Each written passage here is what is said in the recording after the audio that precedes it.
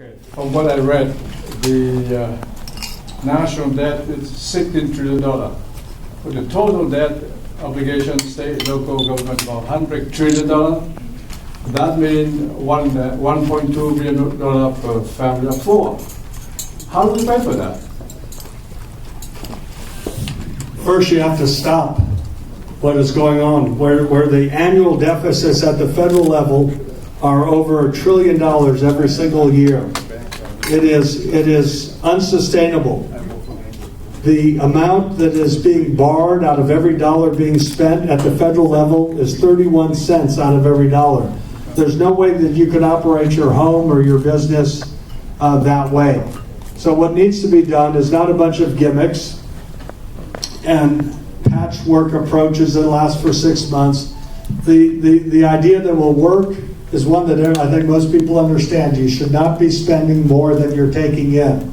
And what we have in Virginia and 48 other states is a balanced budget requirement in the Constitution.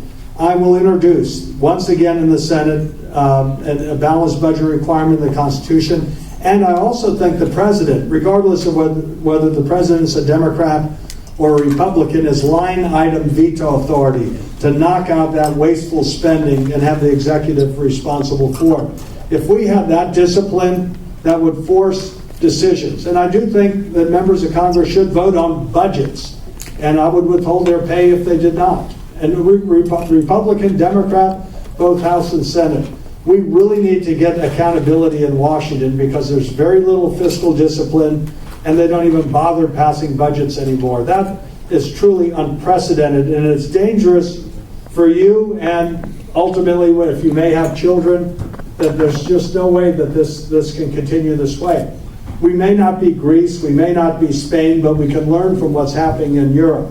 And it's vitally important we have a government focused on its prime responsibility, which is national defense. But we're not going to have a strong national defense unless you have the leadership to bring forth a strong economy. If you don't have a strong economy, it's very difficult to have a strong national defense. And that's why I think part of it is restrained spending to focus on priorities. And then the other part is get our economy going. If you do that, you'll get much closer to a balanced budget with it and more people working and also a stronger, vibrant armed forces. I agree. Thank you. Thank you.